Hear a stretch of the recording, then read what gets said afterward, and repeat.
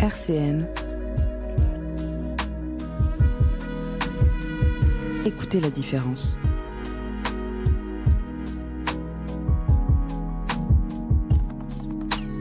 RCN, la différence.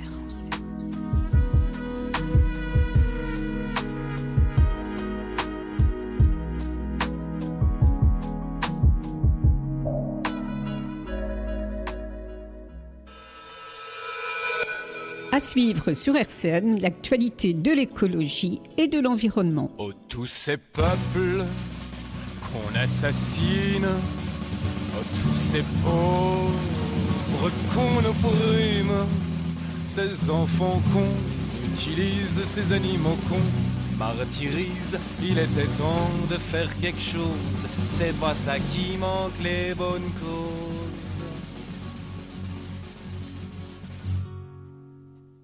Manifestons, pétitionnons et créons une association contre toute forme d'exaction, d'atteinte à la déclaration des droits de l'homme et de sa femme. Ensemble agissons dans le calme.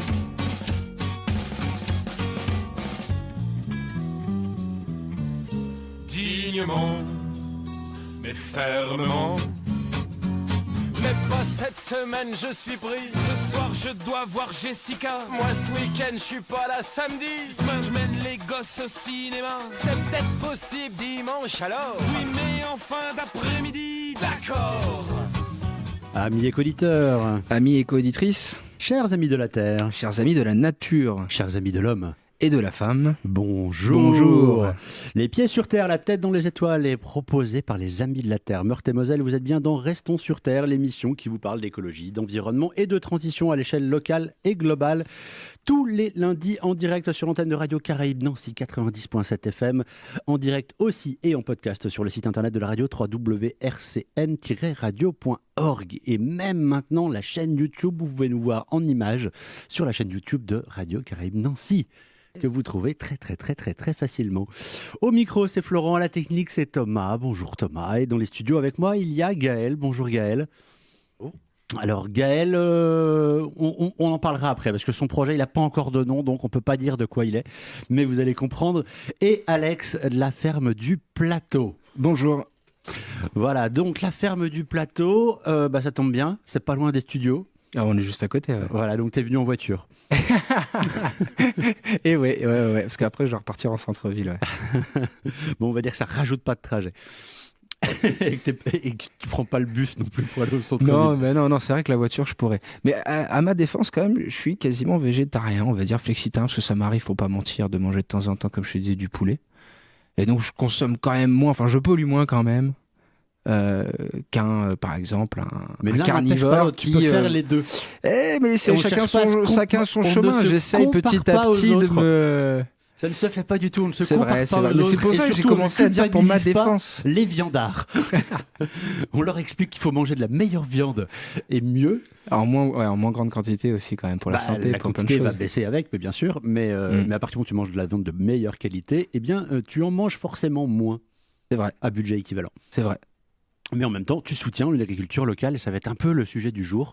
Donc la ferme du Plateau, alors expliquons à nos éco-auditeurs et nos éco-auditrices, c'est quoi la ferme du Plateau? Ça a démarré comment? À quoi ça sert? Alors la ferme du Plateau de Haye, ça a commencé l'idée en décembre 2015. On a rencontré, d'ailleurs c'est par le hasard, c'était assez magique. 48 heures après avoir parlé du sujet, on tombe sur l'adjoint au maire de Maxéville.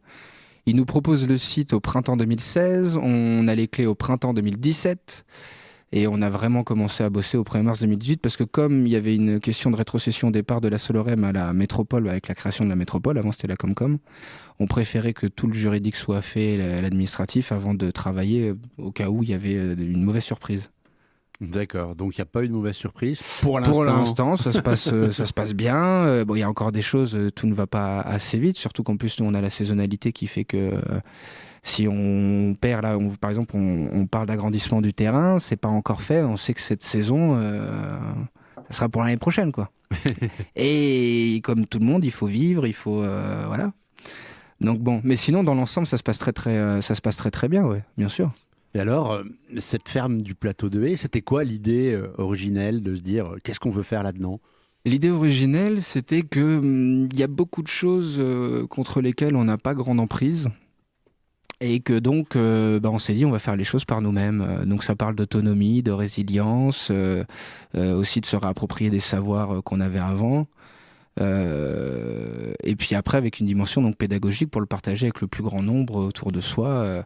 Donc c'est pour ça qu'on dit oasis urbaine, participative et éducative. Et donc on en reparlera un peu plus tard, mais on essaye de partager tout ce qu'on fait le plus possible avec les gens. Et donc il y a aussi une part de recherche. Il y a de la recherche en agronomie, de la recherche en autonomie énergétique. Mais pour le plus gros, c'est-à-dire ça pousse aussi à l'humilité, c'est que la plupart des choses qu'on fait, c'est des trucs qui sont très anciens. Par exemple, les buts que tout le monde parle, Adama qui est malien, notre apiculteur, lui de mémoire d'homme, ça fait 3-4 siècles qu'ils utilisent ça au Mali. L'aquaponie aussi, ça fait un peu high-tech, mais les jardins suspendus de Babylone, les Égyptiens, les Incas, les Mayas utilisaient ça. Donc en fin de compte, on a juste glané plein de techniques qu'on avait trouvées au fil des siècles et pas un peu partout sur le monde, comme les jardiniers parisiens, les maraîchers parisiens au XVIIIe siècle, voilà, au XIXe, avant que l'agriculture soit pervertie par l'agrochimie. À la fin de la Seconde Guerre mondiale, on est d'accord. Bon, après, on sait qu'il y avait des besoins, il fallait aller très vite, mais au final, ce qu'on fait nous, c'est beaucoup plus résilient, chacun peut le faire. On a une meilleure qualité nutritive, 20 fois par rapport à ce qu'on trouve en supermarché. C'est local, ça fait manger des gens qu'on connaît et pas des fonds de pension. Ouais, mais ça, là, on parle de l'agriculture, et d'ailleurs, ça doit parler à Gaël, parce que j'imagine que c'est aussi pour ça qu'il fait ce qu'il fait là. Et donc, on est heureux de voir aussi d'autres initiatives géniales comme ça. Mais il n'y a pas que ça. Après, il y a aussi dans quoi on habite, comment on fonctionne entre nous. L'énergie, il y a Bure à côté, il y a le nucléaire, c'est compliqué d'en sortir. Il y a le pétrole, voilà, c'est pas renouvelable. Enfin... Donc nous, on travaille sur pourquoi pas chacun avoir un petit méthaniseur pour le gaz à la maison. Je sais pas, on pourrait travailler aussi, développer des éoliennes pour un peu d'électricité. Et puis, comme tu disais, en vivant un peu plus simplement, au final, on arrive à trouver quelque chose qui fonctionne, parce qu'il y en a déjà qui le vivent. Alors, qu'est-ce qu'on attend, quoi ? Ouais. Donc, le site, on le disait, à côté du Haut du Lièvre, c'est en face de la prison, c'est ça ? Pour situer... Ça tranche, exactement. Mais c'est aussi le côté sympa du projet. Comme j'avais déjà dit avec Lionel, au final, on est plus content parce que c'était pas une volonté aussi. C'est la mairie qui, comme ils avaient un bâtiment qui était plus utilisé, qui avait été payé, etc. Quand nous, on a dit qu'on demandait... écuries, hein, c'est ouais, ça. Voilà. Nous, au début, on demandait juste un petit lopin de terre parce qu'on pensait pas qu'on allait nous donner ça. On s'est dit, si on demande des trucs trop gros, ils vont nous dire, oui, bon, allez... Donc on se dit, on veut juste un petit bout de terrain, pas de subvention, c'est rien. l'inverse de ce qu'on fait d'habitude. C'est-à-dire que d'habitude, pour avoir une main, tu demandes le bras. Nous, on voulait quasiment rien pour être sûr à peu près de l'avoir. Et on nous a donné des écuries avec il y a 5000 m² autour. Et donc c'est pour ça que les 5000 m², on aimerait bien agrandir, parce que en termes de maraîchage, on voudrait justement 5000 m² que de maraîchage. Mais donc ouais, on s'attendait pas à avoir un truc aussi bien que ça. Donc on remercie encore aussi Olivier Pivel de nous avoir... permis de nous lancer là-dedans, quoi. Oui. Et le site fait quelle surface ? Parce que là, tu parles de t'agrandir, c'est qu'en fait, vous êtes... Ouais, il fait les déjà... gens ne se rendent pas compte. Il fait 5000 m² et on voudrait que ça fasse 5000 m² de maraîchage. Mais là, 5000 m², en gros, il y a 2500 m² pour les poules et vergers de conservation avec que des variétés régionales qu'on fait en partenariat avec les croqueurs de pommes. D'ailleurs, toutes les clôtures, on les intègre dans le paysage en les faisant pousser de la mûre sauvage, du kiwi et de la vigne. Justement, parce qu'il y a la prison juste à côté, donc on va pas rajouter de la verticalité, du métal, des poteaux, et puis des miradors à poules et tout. Donc, mais au moins, en plus, on est en plein dans la société, quoi. On est sur la métropole, mais en même temps aussi dans des quartiers politiques de la ville ou cités pour d'autres, quoi. Voilà. Il y a la prison à côté, il y a aussi des entreprises à côté. Enfin. On est dans tout ce melting pot aujourd'hui des grandes villes, et au final, ça se passe super bien. Donc 5000 m² collés à la prison dans le parc forestier, et pour ceux qui ne connaissent pas très bien l'endroit, on coule juste derrière la MJC du Haut-du-Lièvre. Il y a un grand parc qui commence et qui va quasiment jusqu'au Zénith, et on est dans ce parc-là, voilà. D'accord. Donc là, alors tu disais 5000 mètres contractualisés, et là, en fait, c'est des discussions qui sont en cours ou en voie de contractualisation pour l'agrandissement ? En cours, en voie de contractualisation, on est en train de travailler là-dessus. Voilà. Donc si un appel à passer, c'est autorisez-les, ils font du beau taf. En même temps, c'était le deal. Moi, je me souviens quand on avait rencontré au début justement Monsieur Chosereau, le maire de Maxéville, et toute l'équipe de la commune. Au début, on nous prenait un peu pour... Est-ce que ça va marcher? C'est en plus, voilà, il y avait plein d'interrogations, mais qui sont légitimes. Donc on s'était dit, écoutez, on va commencer. Et puis si on arrive à pérenniser déjà ce que vous nous avez donné là et que ça se passe bien, à ce moment-là, on voit. Et en plus, M. Chauzereau nous disait, le maire de Maxéville, ça serait bien de créer des emplois pour que vous puissiez le pérenniser et puis développer un peu l'activité sur le site. C'est pour ça d'ailleurs que la plupart des gens de l'équipe, c'est des gens du quartier. Certains qui sont en formation aujourd'hui, donc on respecte totalement le deal. Et au final, on est même allé 100 fois plus loin. Parce que quand on voit tout ce qu'on a lancé, justement, on voulait pas le dire de quoi on était capable pour pas faire peur. J'ai une petite liste devant les yeux. Ouais. Et ça, c'est juste les trucs en cours. C'est tout ce qu'on vient de mettre en place là. C'est-à-dire qu'en gros, la première année, on va dire, de 2018, on a posé les bases. Maintenant, il n'y a plus qu'à.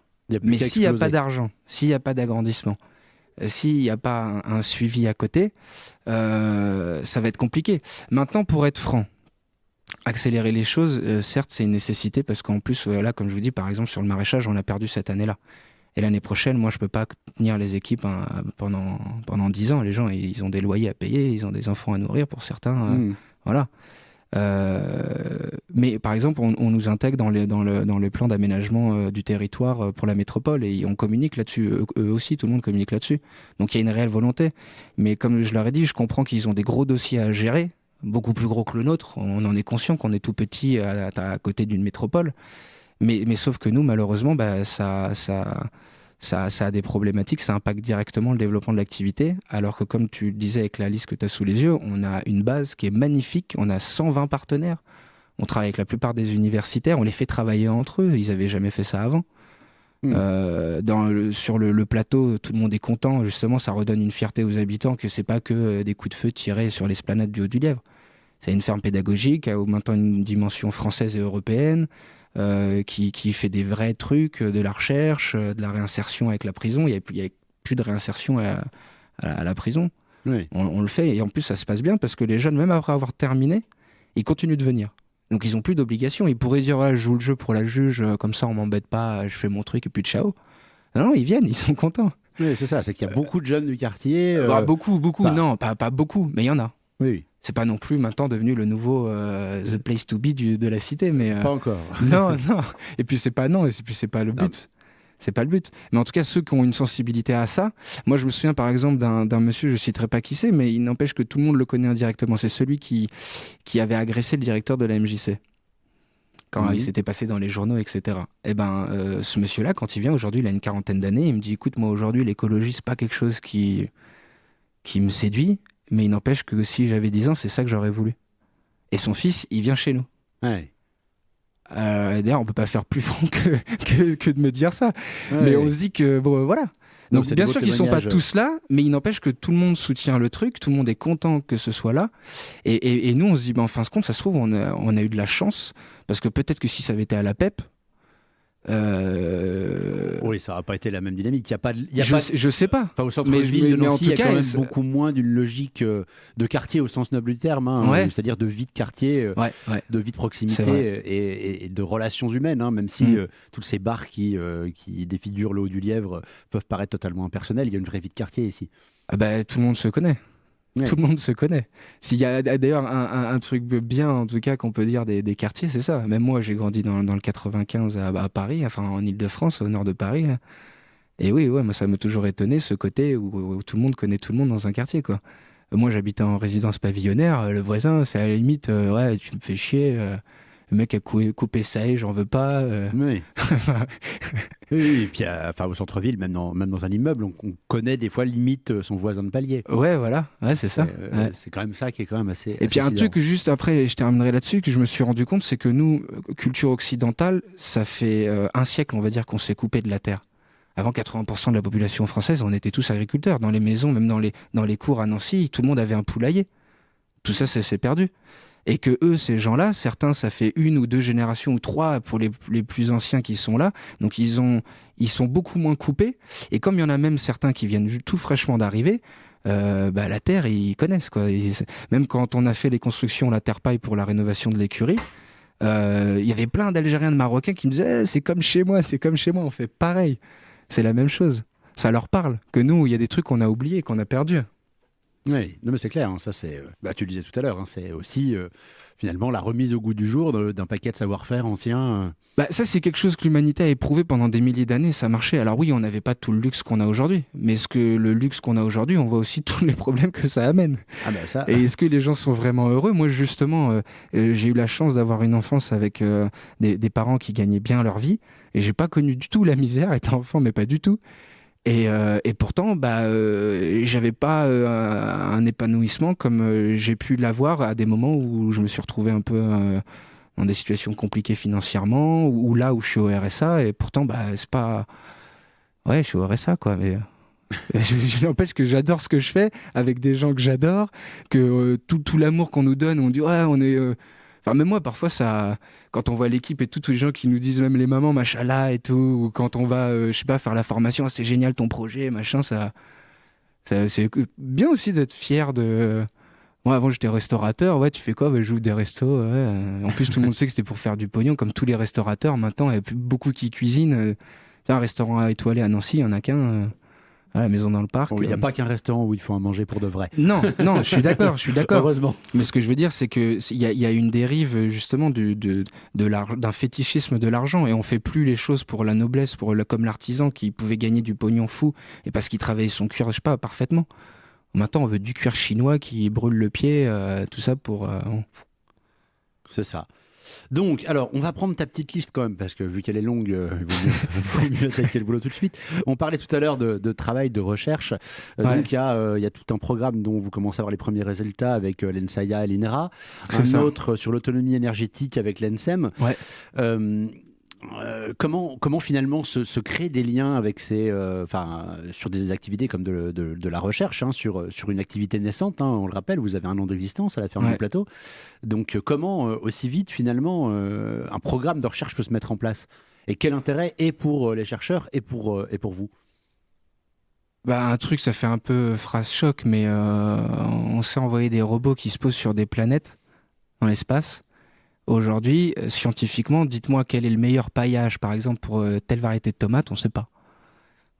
Est-ce que les guildes, les associations de légumes et tout, on voit qu'il y a des trucs qui fonctionnent, mais vraiment comment tout ça fonctionne, on ne sait pas. Et on t'envoie des robots se poser sur Mars. Et on arrive à le faire. Et nous, on s'est dit, ça serait bien qu'on arrive à faire de la recherche empirique, sérieuse, avec l'INRA, avec des laboratoires. C'est-à-dire que nous, on veut en plus voir réellement l'impact qu'on a sur le parc dans lequel on s'est installé. C'est-à-dire que là, on a fait un état des lieux. D'ailleurs, on a 0 pollution. On est énormément surpris. Il y a un peu de zinc à certains endroits, donc il faut éviter d'acidifier le sol. Par exemple, en utilisant les pommes de pin qu'il y a juste à côté. Mais on a un terrain qui est parfait. Et après, une fois qu'on a fait cet état des lieux là sur la qualité des sols, le nombre de kilos de vers de terre au mètre cube, la faune et la flore, on va voir quand on fait tel paillage sur telle et telle planche, qu'est-ce que ça fait sur le sol, sur la vie, sur les insectes, sur tout. Et au moins, après, à terme, on pourrait avoir un vrai cahier, comme on a des armoires qui remplissent pour conduire un immeuble, enfin pour conduire, un avion, pareil pour l'agriculteur.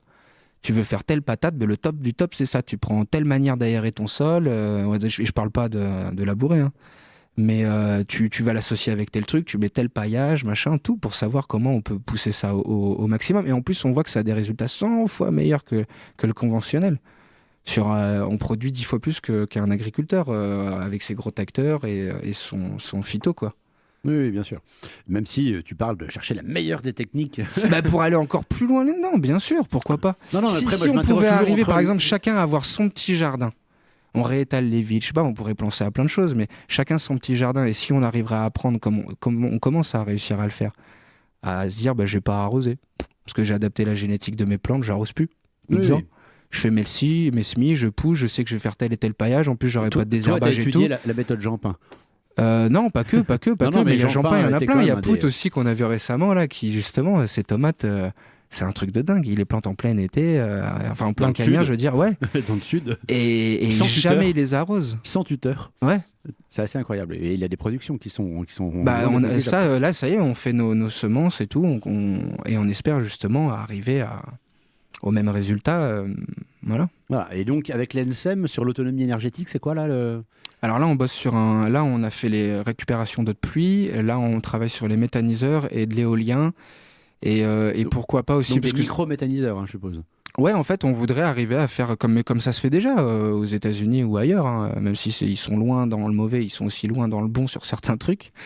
Il y a maintenant des méthaniseurs domestiques où, en gros, tous nos déchets, on les balance. Donc, en plus, économie circulaire, etc., gain de pouvoir d'achat, tout ça. Et donc, on pourrait avoir sa gazinière qui fonctionnerait gratuitement, quoi. Bien. Donc, alors, je continue parce que la liste est... Ouais, vas-y. Vous travaillez aussi avec Aliénor Morvan et Hélène Sade sur des supports pédagogiques. Ouais. Alors là, on est plus dans la dimension, on va dire, pédagogique de l'affaire. C'est ça. C'est-à-dire, vous travaillez quoi ? Alors en fait, déjà Aliénor, et qu'on remercie parce que c'est grâce à elle, tout ça, c'est celle qui a créé en plus le projet MOD, je vous inviterai à aller voir ce que c'est. Mais un peu comme à la recyclerie ou dans d'autres endroits qu'on voit, le but c'est que si une personne se balade dans la ferme, même s'il n'y a personne pour l'expliquer, elle sait pourquoi on fait ça, comment on le fait, l'intérêt, tout ça. Par exemple, elle est devant les poules, c'est quoi les races qu'il y a là ? Pourquoi on a pris ces races-là ? Qu'est-ce qu'on leur donne à manger ? Son comportement, voilà. Pareil, là, le carré de maraîchage que vous voyez là, vous voyez bien qu'il y a plein de planches de culture qui sont toutes différentes. Pourquoi on fait ça ? Qu'est-ce que vous voyez comme association, etc. Et d'ailleurs, pourquoi on plante perpendiculairement à ces planches-là ?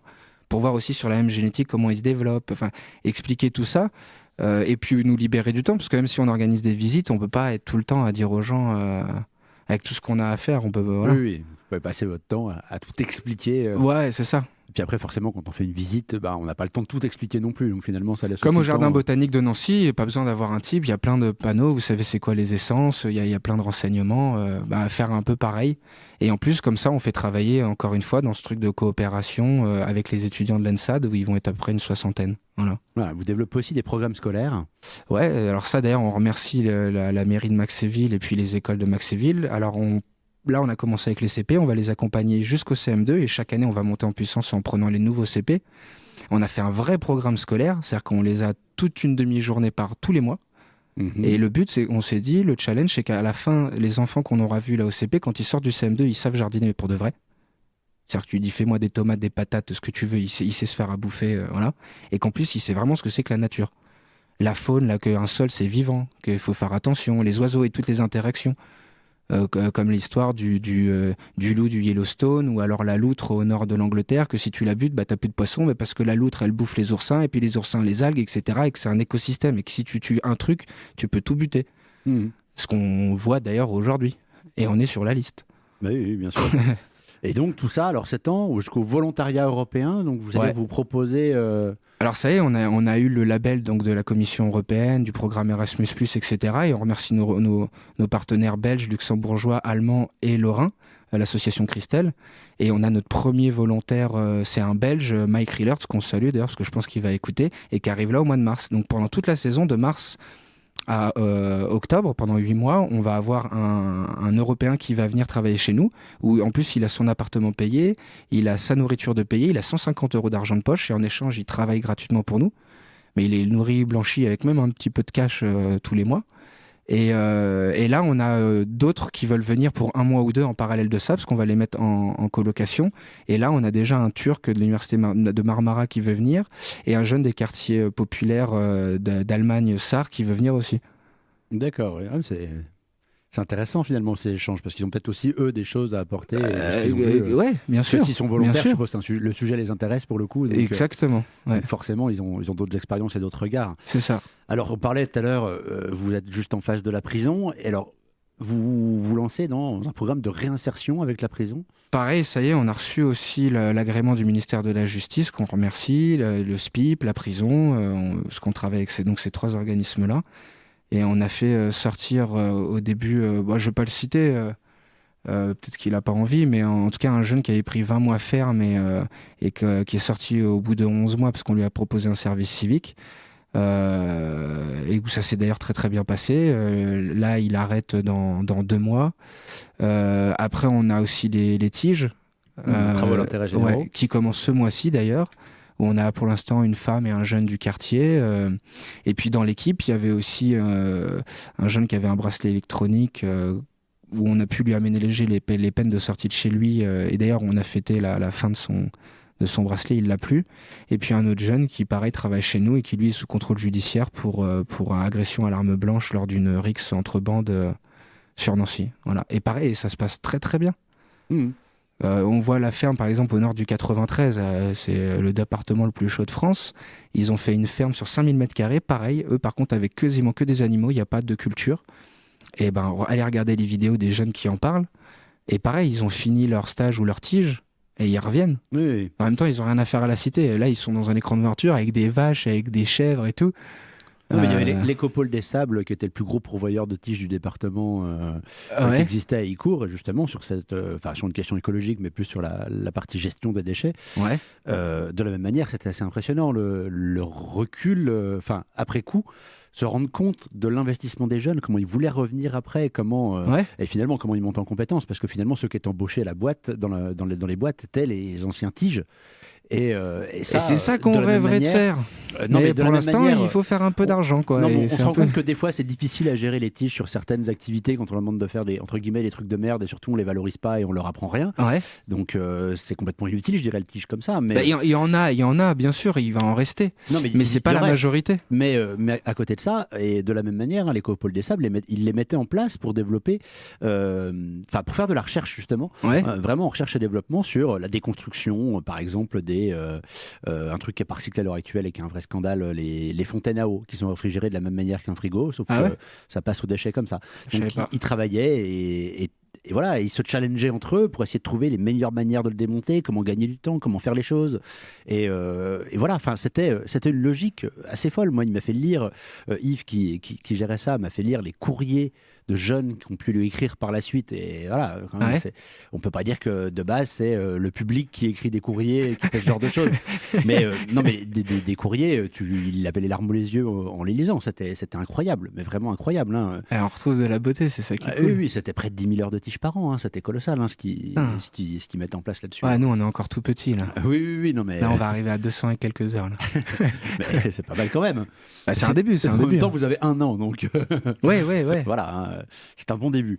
Alors après, on passe aussi à la préservation finalement des animaux, parce que c'est un sujet qui tient à cœur, tu l'as dit déjà, tu es végétarien. Et donc, bien, le local et les chefs de Lorraine, c'est une chose. Récupérer des poules rescapées, c'en est une autre.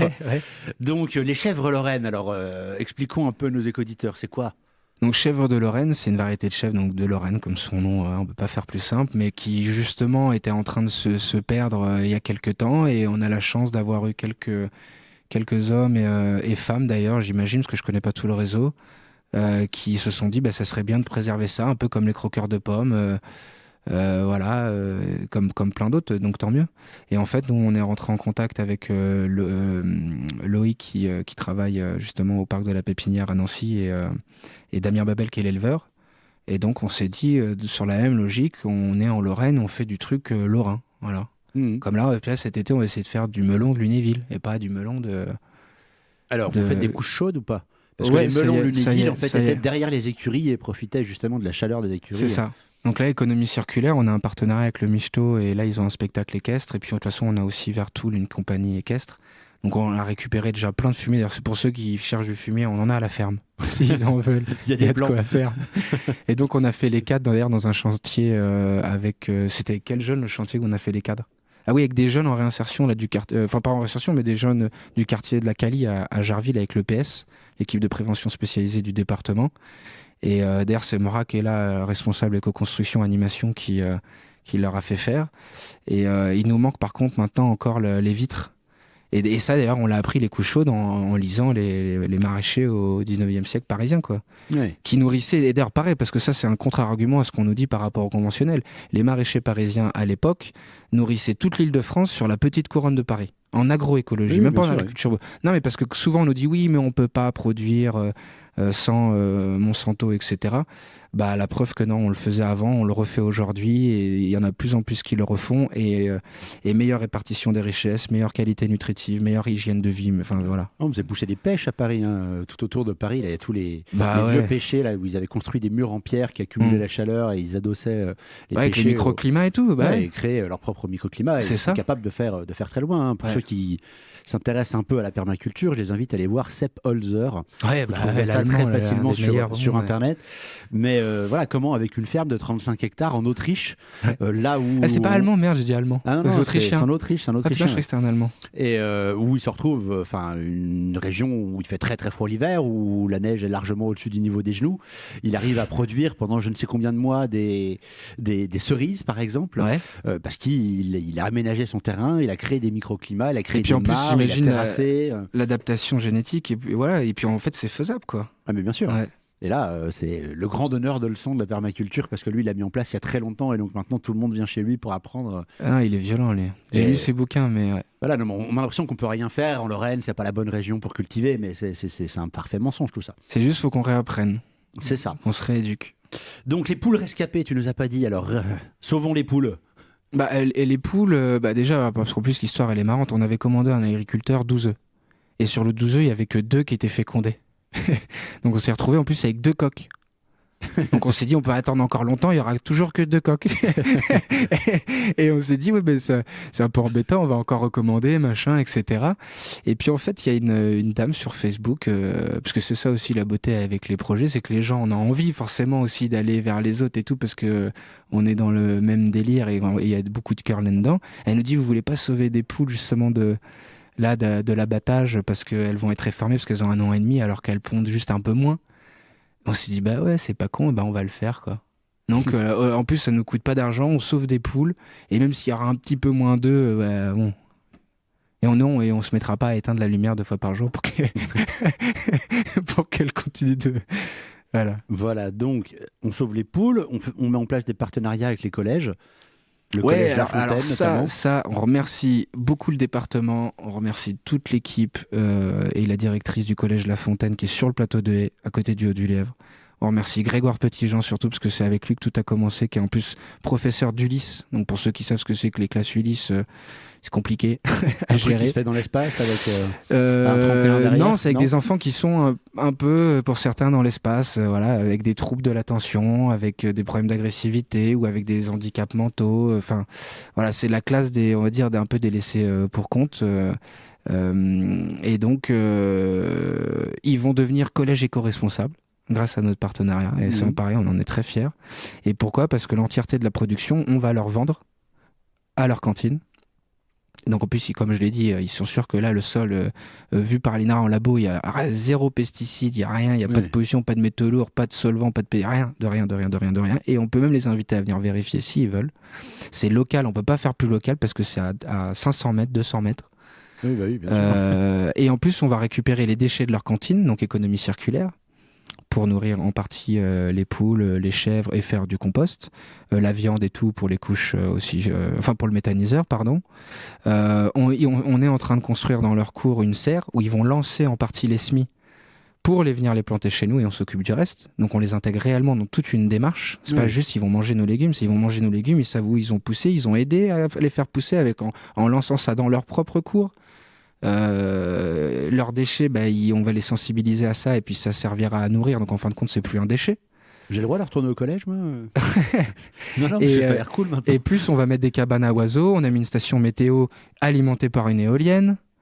Enfin voilà, on rentre vraiment dans tout un truc. Et en plus, avec un programme encore pédagogique où les Ulysses vont venir justement, où ils vont apprendre les mathématiques en calculant la longueur des planches.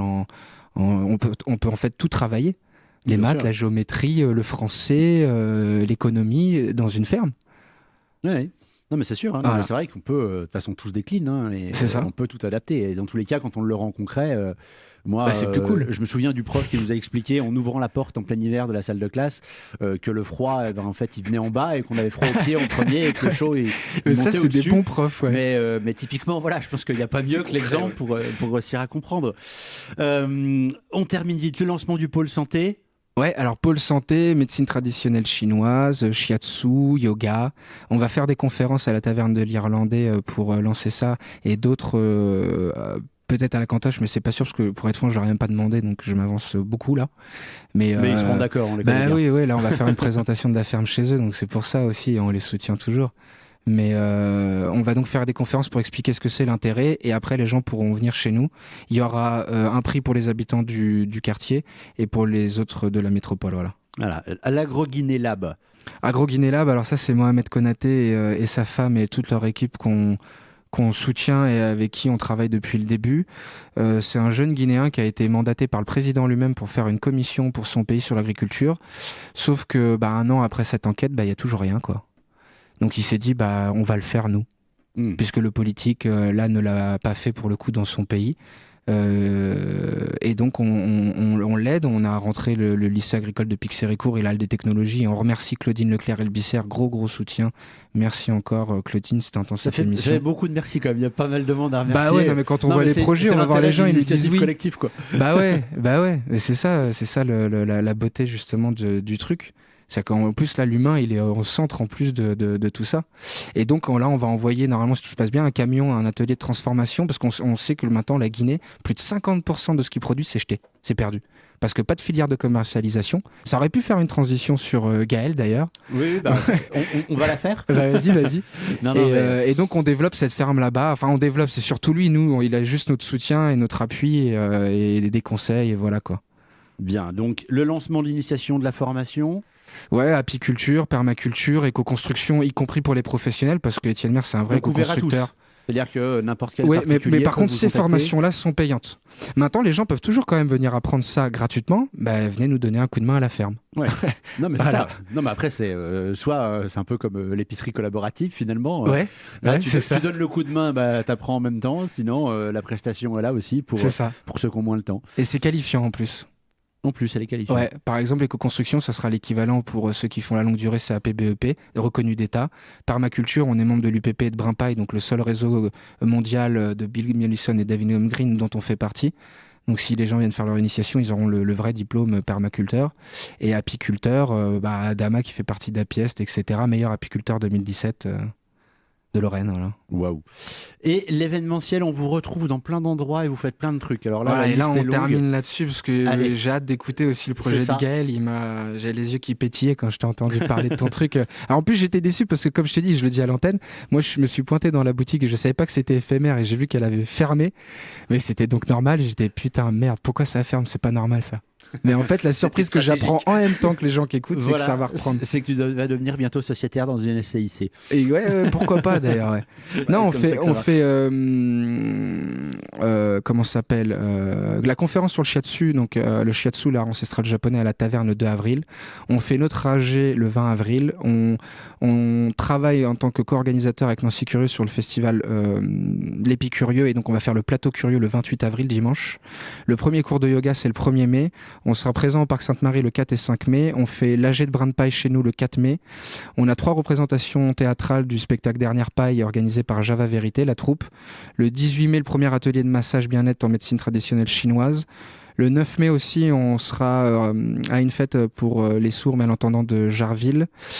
Le 1er juin, on fête notre anniversaire. Le 9 juin, on sera présent à la fête des fraises de Maxéville. Le 2 juin, on sera présent au Prétence citoyen de Mi-Citoyen. Et ce vendredi, à la dignité dans nos assiettes à Toul.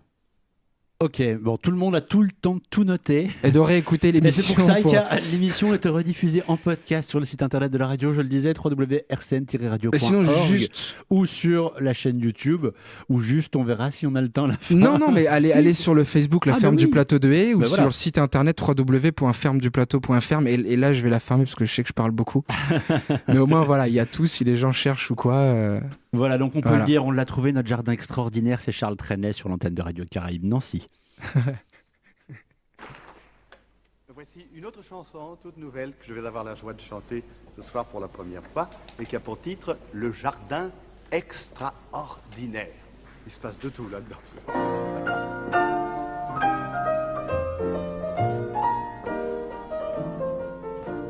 C'est un jardin extraordinaire. Il y a des canards qui parlent anglais. Je leur donne du pain, ils remuent leur derrière en me disant thank you very much, monsieur Trenet. On y voit aussi des statues qui se tiennent tranquilles tout le jour, dit-on. Mais moi, je sais que dès la nuit venue, elles s'en vont danser sur le gazon. Papa, c'est un jardin extraordinaire. Il y a des oiseaux qui tiennent un buffet. Ils vendent du grain, des petits morceaux de gruyère. Comme clients, ils ont monsieur le maire et le sous-préfet. Il fallait bien trouver dans cette grande ville maussade où les touristes s'ennuient au fond de leurs autocars. Il fallait bien trouver un lieu pour la promenade. J'avoue que ce samedi-là, je suis enterré par hasard. Dans ce jardin extraordinaire, loin des noirs buildings et des passages cloutés, il y avait un bal qui donnait des primes-verts. Dans un coin de verdure, des petites grenouilles chantaient une chanson dont chantait la lune.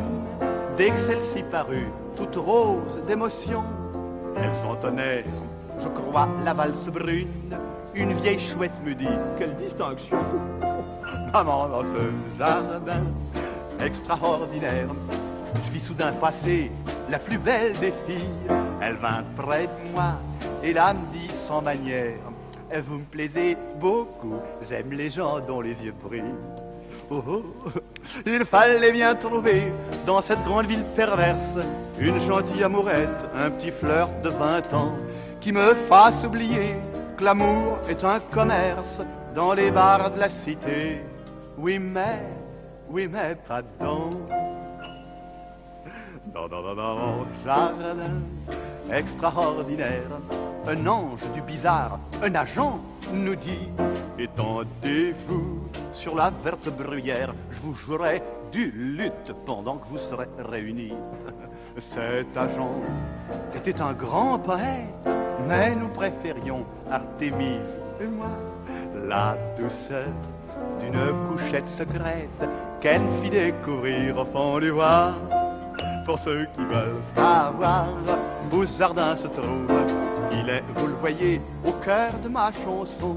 J'y vole parfois quand un chagrin m'éprouve. Il suffit pour ça d'un peu d'imagination. Il suffit pour ça d'un peu d'imagination. Bal de nuit, les oiseaux, les fleurs émerveillées, Artémise, ô douceur, extase de l'amour, je vous retrouverai ce soir à la veillée, belle et pareille au premier jour, et je vous aimerai sous la clarté lunaire du jardin extraordinaire. Il suffit pour ça d'un peu d'imagination.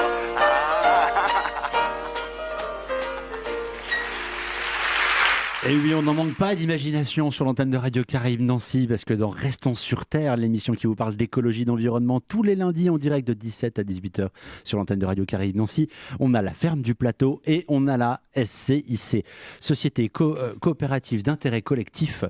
Donc une SCIC, c'est quoi? Et c'est quoi le projet, surtout vu que il n'a pas de nom et qu'il va bientôt en avoir un pour le 15 mars, ça j'ai compris. Disons qu'il a un nom, mais il faut qu'il soit approuvé par tout le monde. Voilà, d'accord. Donc il sera approuvé le 15 mars, on va dire. Voilà, obligé. c'est ça. Là, il y a un coup près, il y a des échéances, il faut avancer. Tout à fait. Donc Gaël, avec nous pour nous parler d'un projet. Gaël, toi, tu es à la base producteur.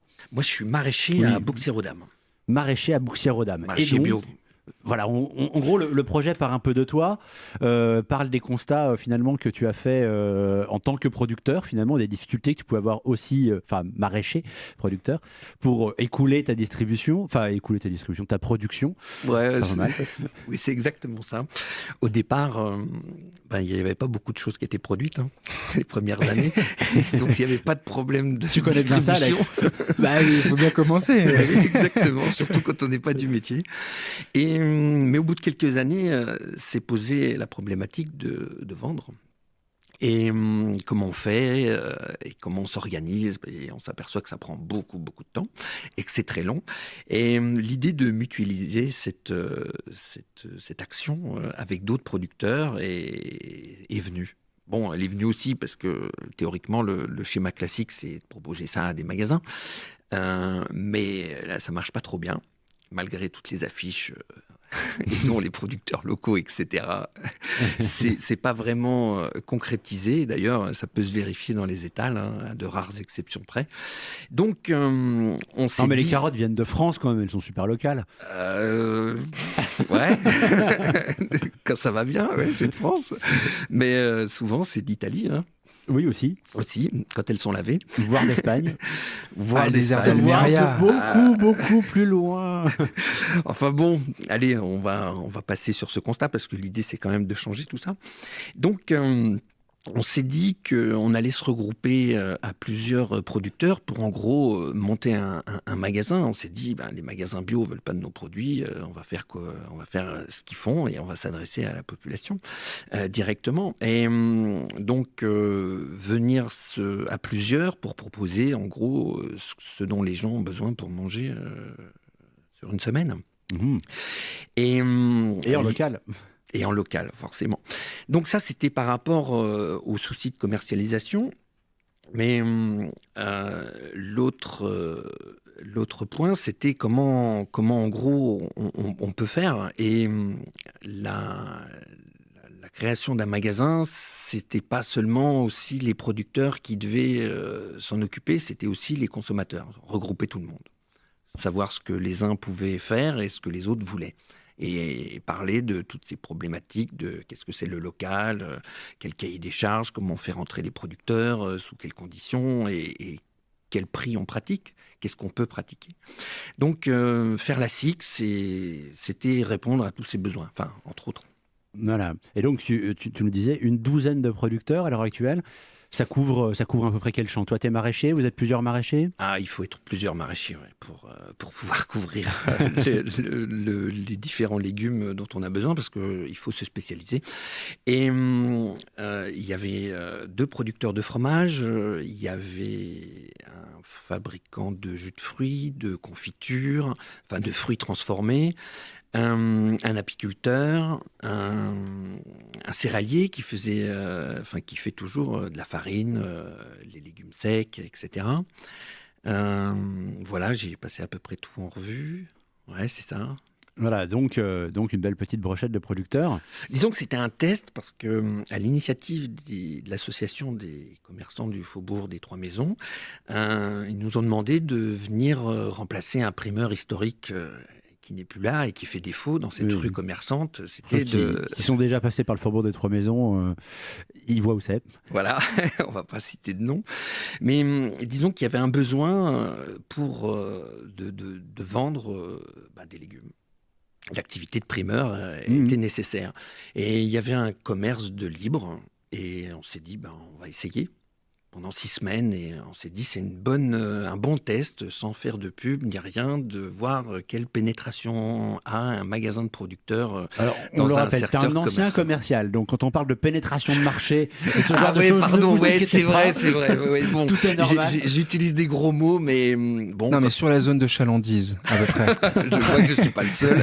Ça dépend, on parle en marge nette ou en marge brute? Bon, comment vous faites pour réduire vos charges et optimiser les coûts? Ah ça, on réduit les intermédiaires. Ah, c'est ça. Mais on augmente la qualité. Aussi. Mais disons que l'idée, oui, c'est de payer, si on parle un peu de prix, c'est de payer le juste prix aux producteurs pour qu'ils s'en sortent, pour qu'ils vivent normalement, qu'il y ait des congés, une vie normale, et que le consommateur, lui, il se retrouve avec un prix qui soit aussi cohérent, quoi. Faut pas qu'on soit obligé de se serrer la ceinture pour bien s'alimenter. C'est ça, et puis pour engraisser les multinationales qui prennent leur marge, même sur les producteurs locaux, qui se font serrer, parce que tu dis c'est difficile d'y rentrer, mais ceux qui rentrent après, forcément on leur serre la ceinture, il faut tirer les prix, et c'est surtout une belle étiquette dans le rayon, parce que bien évidemment nous sommes une population de consommateurs comme les autres, et ceux qui consomment bio et local, évidemment représentent une part de marché intéressante qu'il ne faudrait surtout pas rater, et qu'il faudrait surtout s'approprier. Donc, le projet vise exactement à sortir de ça et à court-circuiter tout ça par aussi, finalement, une dimension politique très forte de la SCIC.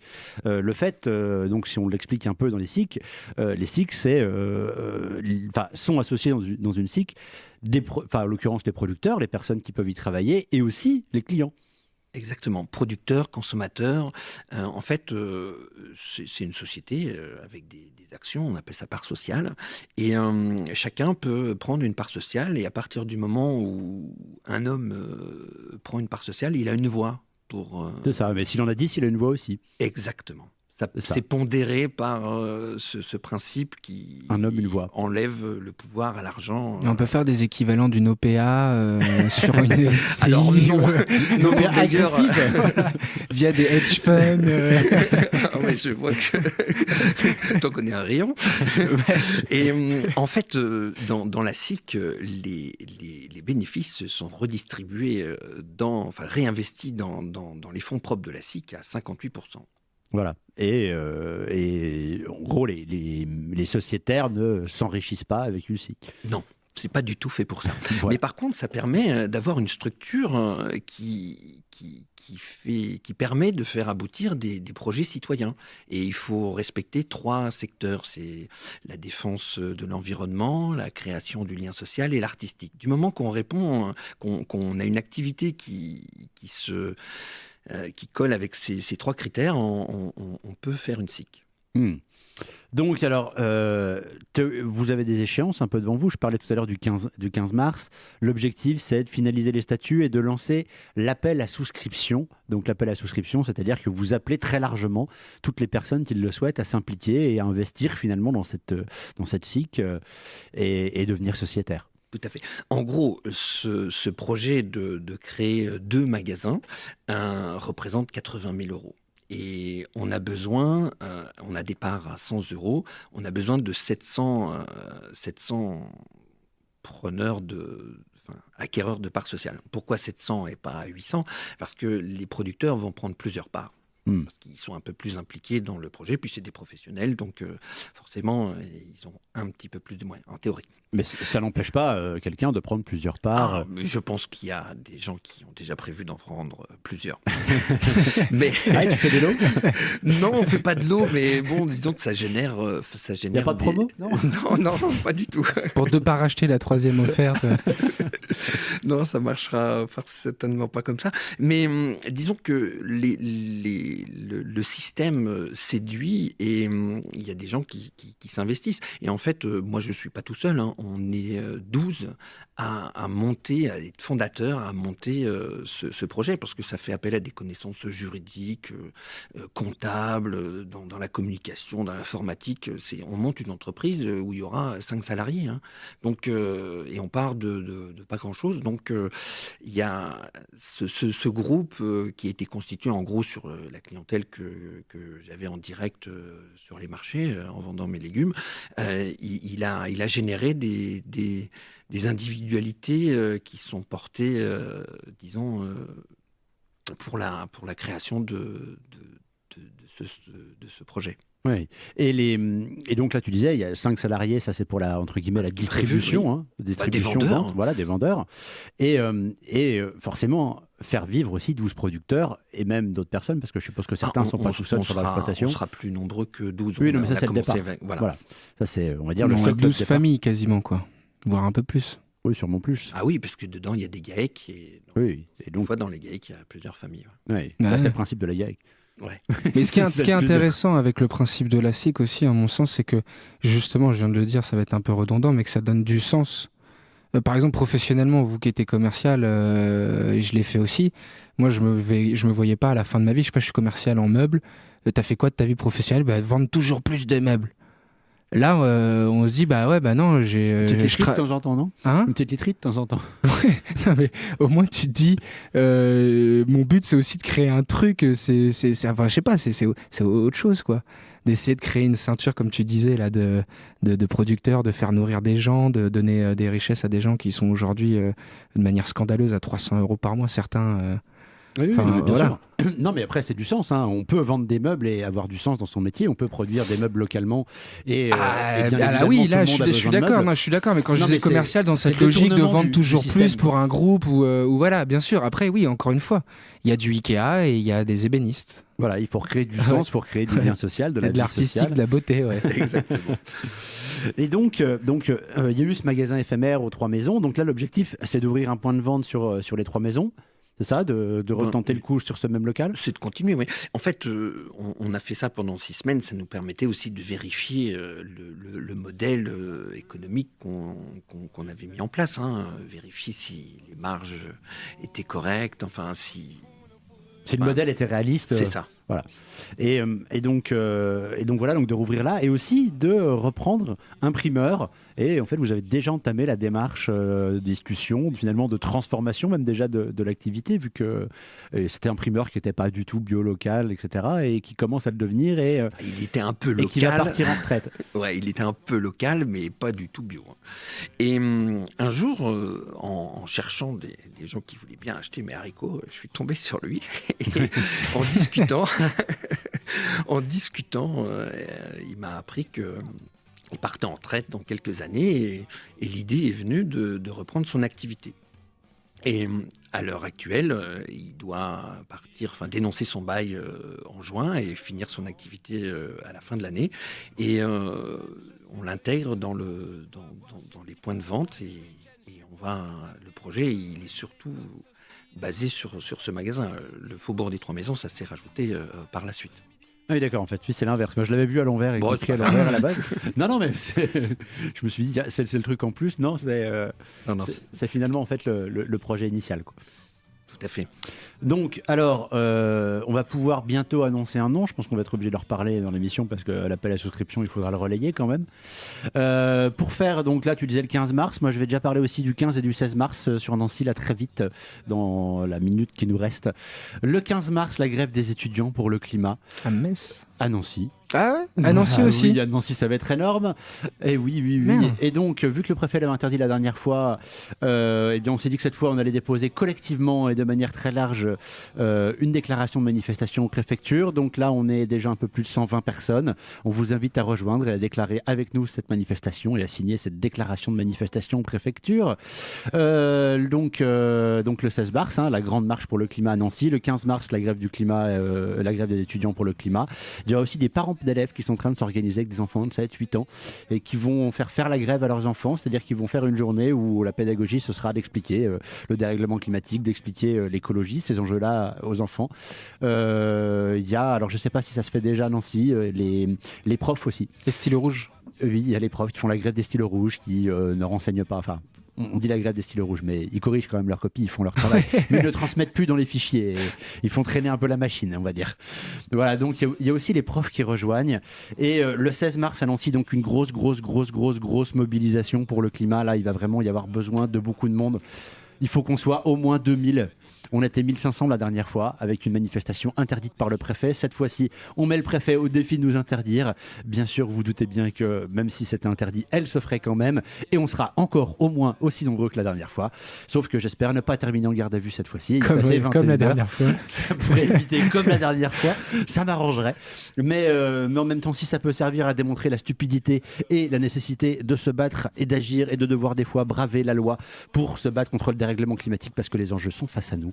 C'est l'enjeu. Et puis à rappeler, parce qu'en plus nous on était présents aussi, en tout cas moi j'étais présent personnellement, il n'y a eu aucun problème, y compris avec les CRS et la police, ça s'est très bien parlé, on a discuté.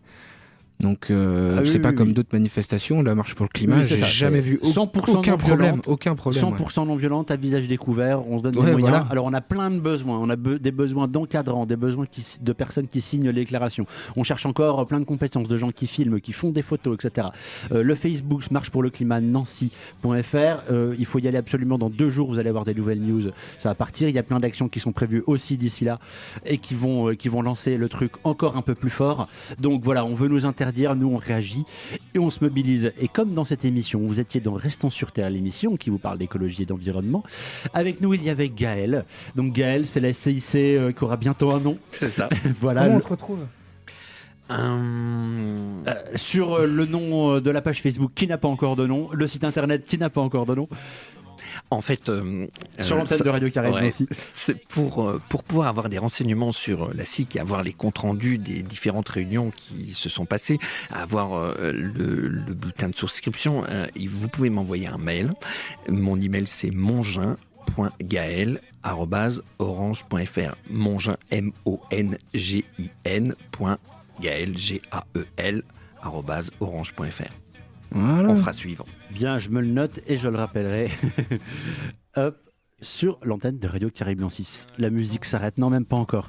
C'est la fin du générique, il nous reste quelques secondes pour boucler. Amis éco-auditeurs, Amis éco-auditrices, chers amis de la Terre, chers amis de la nature chers amis de l'homme, et de la femme. bonsoir. Bonsoir. Les pieds sur terre, la tête dans les étoiles est proposé par les amis de la Terre, Meurthe et Moselle. Vous étiez dans Restons sur Terre, l'émission qui vous parle d'écologie, d'environnement, de transition à l'échelle locale et globale. Et aujourd'hui, c'était du vrai local. On était dans l'agriculture, on était dans la production maraîchère. Vous êtes sur Radio Caraïbes Nancy 90.7 FM. Bien sûr, vous y restez parce que c'est la seule radio associative militante sans pub, avec au moins 70 bénévoles. Et à la technique, c'était Thomas dans les studios, c'était Florent. Et bien sûr, il y a tout le monde dans les studios. Et c'est aussi dans le quartier parce que le Il y a même Guillaume Laura aussi de l'équipe de la ferme est qui est un là. quartier qui vit, oui, qui est là. Et qui vous habite pouvez le au voir. Cèdre Et à chaque Bleu. fois que tu parles, on le voit sur la vidéo. Et oui, il est couché dans son fauteuil. Phil y croit, il est mort de rire. Et vous avec nous. Allez, à la semaine prochaine.